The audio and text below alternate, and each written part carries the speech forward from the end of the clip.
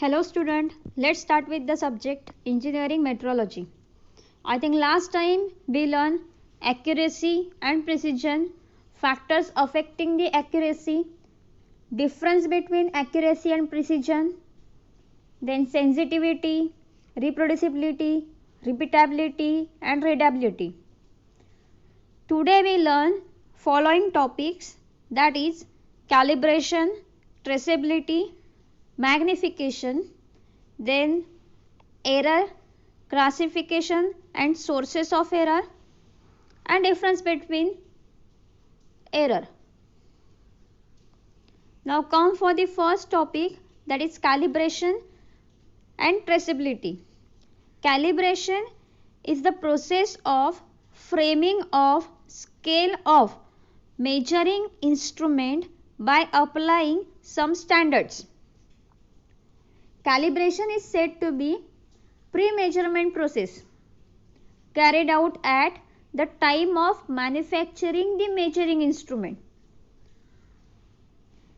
In a simple word, it is a process of marking the lines on scale of measuring instrument by applying some standard which are agreed and followed all over world. Calibration is the entire procedure laid down or specified which include marking, adjusting, checking so that reading obtained will conform to the agreed standard.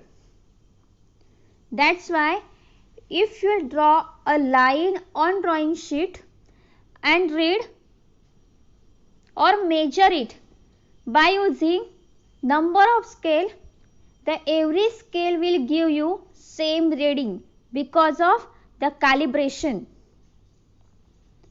Second is traceability. It is defined as transfer of international standards to national standards and then transfer of national standard to working standard for all the industry located in that country.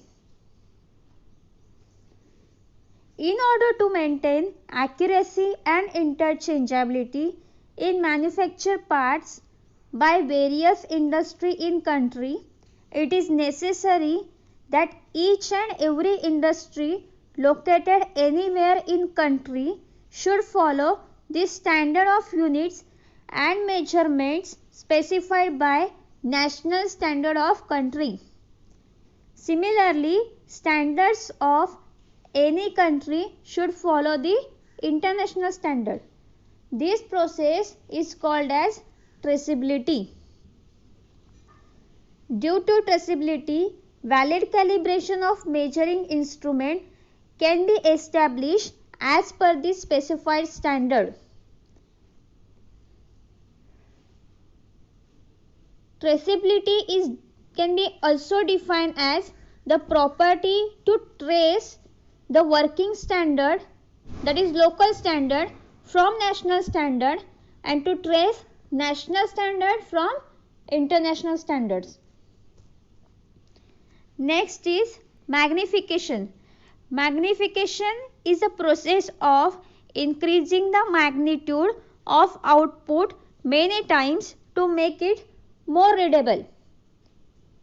It is made possible by using principle of mechanical, optical, electrical or electronics instrument. Electrical magnification is based on sensing change in inductance or capacitance which is measured by Wheatstone bridge. Mechanical magnification is usually grouped or combined with any other type of magnification to get more readable output. Next topic is error. It is difference between measured and true value of measured quantity.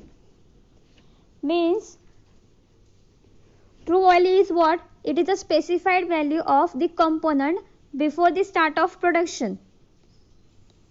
And measure value is what?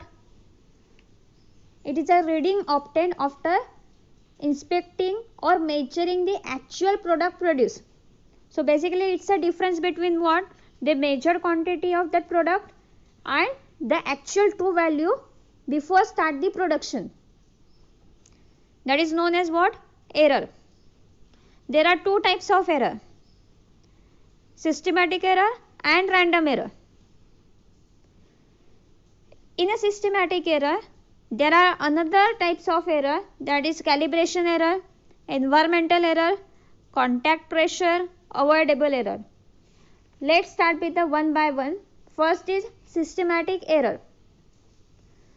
These errors are controllable in both their magnitude as well as direction. If proper attempts are made to analyze these errors, they can be identified, reduced and controllable. These errors are consistent and repetitive in nature, are in a similar form.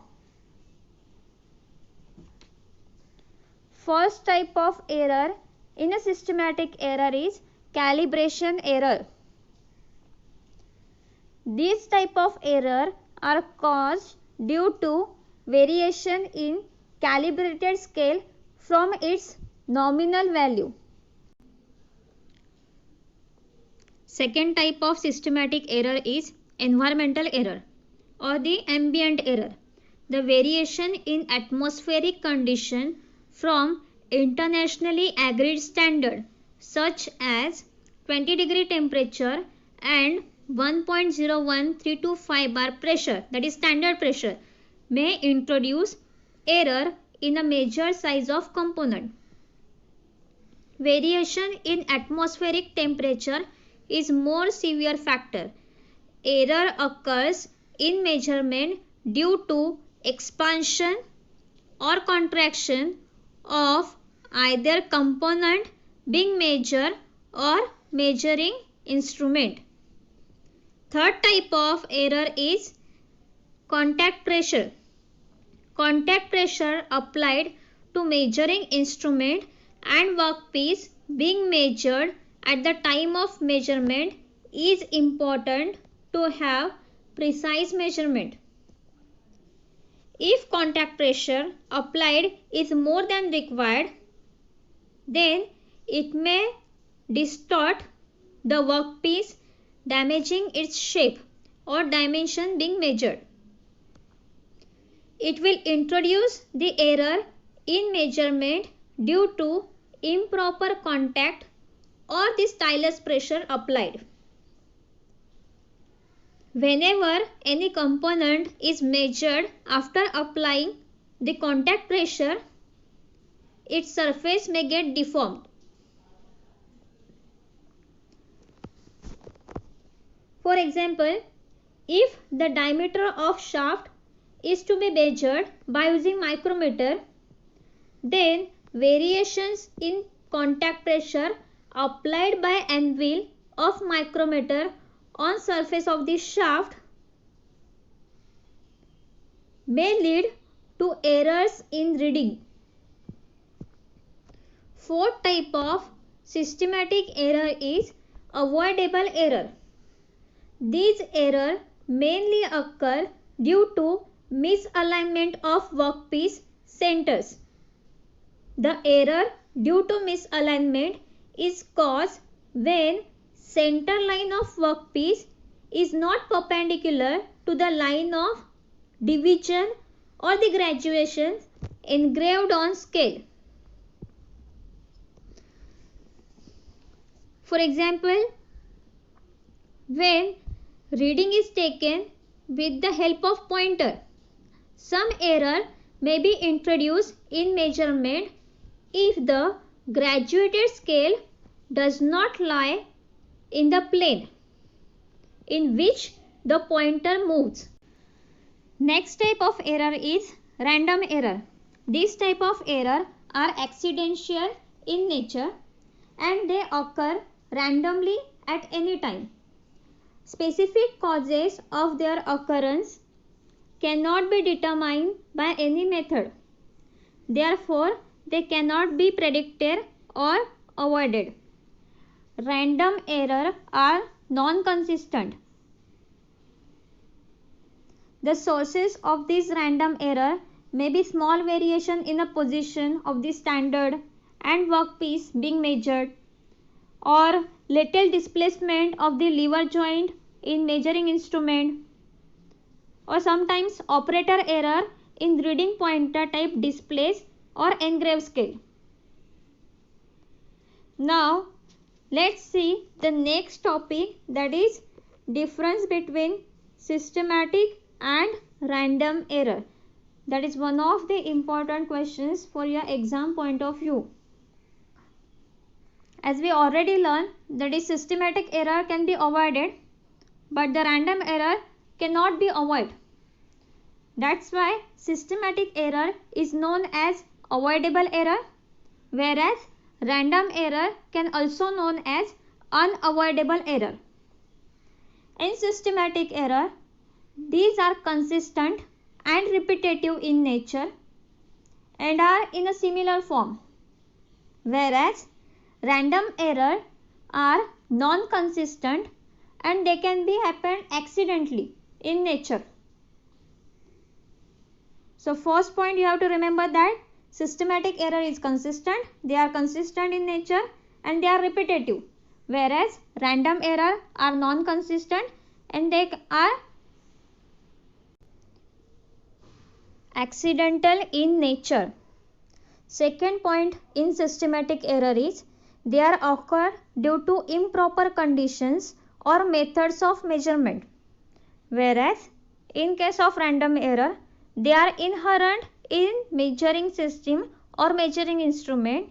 It is assumed that random error occurrence is bound to be there. In case of systematic error, except human error, all other systematic error can be controlled in magnitude and sense, whereas in case of random error, specific causes, magnitude and sense of random error cannot be determined from the knowledge of measuring system or conditions at the time of measurement. Fourth point is these errors can be identified and reduced if attempts are made to be analyze them. If you attempt number of time to analyze these error, you can identify them and reduce them. But in case of random error, these error cannot be eliminated, but the results obtained can be corrected.